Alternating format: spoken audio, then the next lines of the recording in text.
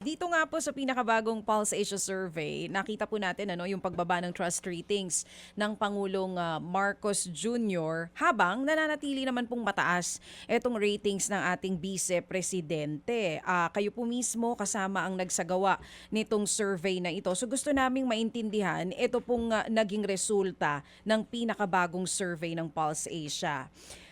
Paano po ba natin ipapaliwanag kung bakit naging ganito yung ratings ng Pangulong Marcos Jr. kumpara dun sa huling survey na ginawa po ng Pulse Asia?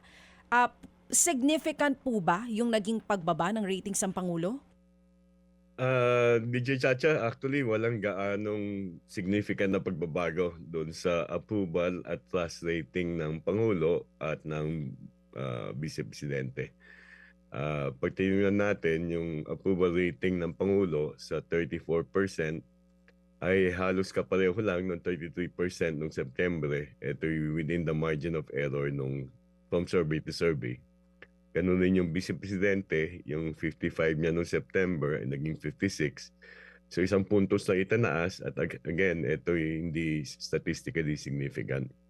So masasabi natin halos nanatili lang yung level ng approval at ng pagtitiwala ng publiko sa Vice Presidente at sa Presidente kung ikukumpara doon sa uli naming survey noong September. So, ibig sabihin, halos pareho lang po ito. Pero yung naging factors kung bakit ganito yung naging ratings ng Pangulo at ng Vice President po natin, same pa rin po ba yung rason na ibinibigay nitong ating mga respondents? Well, basically, yung pagtingnan natin yung context, ang isang pinakamalaking usapin, gaya na nga nabanggit kanina, ay yung corruption, yung flood control scandal.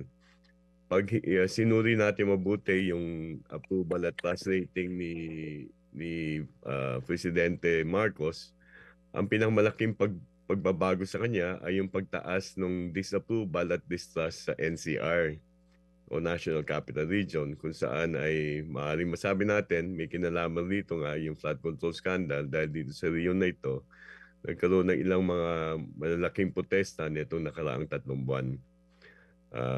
Pero sa ibang lugar ay nanatili lang.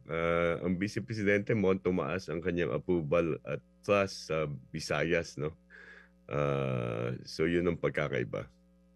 Yung kay VP Sara po ba, Sir Ronald, may kaunting pagbaba rin ba tayong nakita dito sa bagong survey?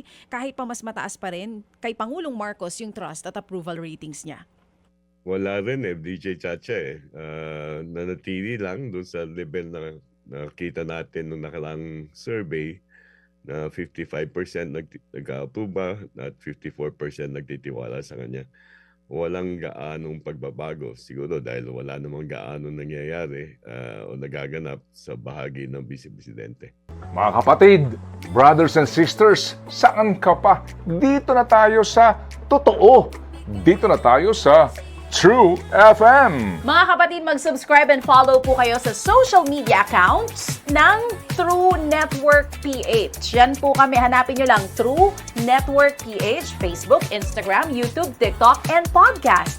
Mapa Apple or Spotify man yan, mahahanap nyo kami. Lahat ng mga napapanood at napapakinggan nyo po sa programa, nasa social media accounts namin yan. So paano mga kapatid? See you sa social media!